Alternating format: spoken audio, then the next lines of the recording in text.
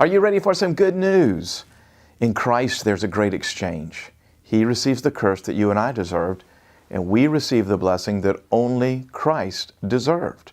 Our text today is in Genesis chapter 48, verse 14. And Israel, that's Jacob, stretched out his right hand and laid it on the head of Ephraim, who was the younger, and his left hand on the head of Manasseh, crossing his hands. For Manasseh was the firstborn, and he blessed Joseph. Once you understand all that it foreshadows, it's one of the most mysterious, breathtakingly beautiful scenes in the Old Testament. The aged patriarch Jacob is approaching his death, and Joseph has brought his boys to be blessed by the father of the tribes of Israel.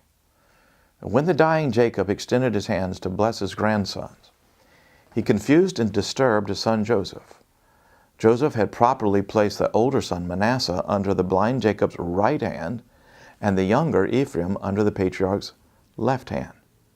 But, the text says, Israel, Jacob, stretched out his right hand and laid it on the head of Ephraim, who was the younger, and his left hand on the head of Manasseh, crossing his hands, for Manasseh was the firstborn.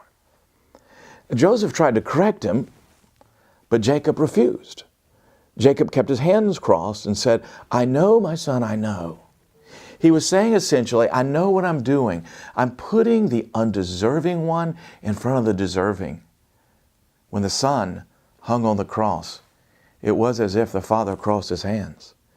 It was as if the strong right hand of blessing was lifted from the Son and instead was extended towards you and me. I can imagine the angels like Joseph of old trying to correct the Creator. But Father, the right hand should remain on the head of the firstborn of all creation. And I can imagine God replying, I know what I'm doing. Thus you and I and every undeserving secondborn receive the right hand of blessing that we never merited. Manasseh means forgetting, as in, I've forgotten my troubles. Ephraim sounds like twice fruitful. God not only wants to heal you of your painful memories, He wants to make you twice fruitful. Thus, the blessing that Hebrew fathers were given to speak over their children was that God would make them like Ephraim and Manasseh. It's the good news, the great exchange, cloaked in a beautiful Old Testament shadow. It's simply majestic. In Christ, you're like Ephraim and Manasseh, and that's the gospel.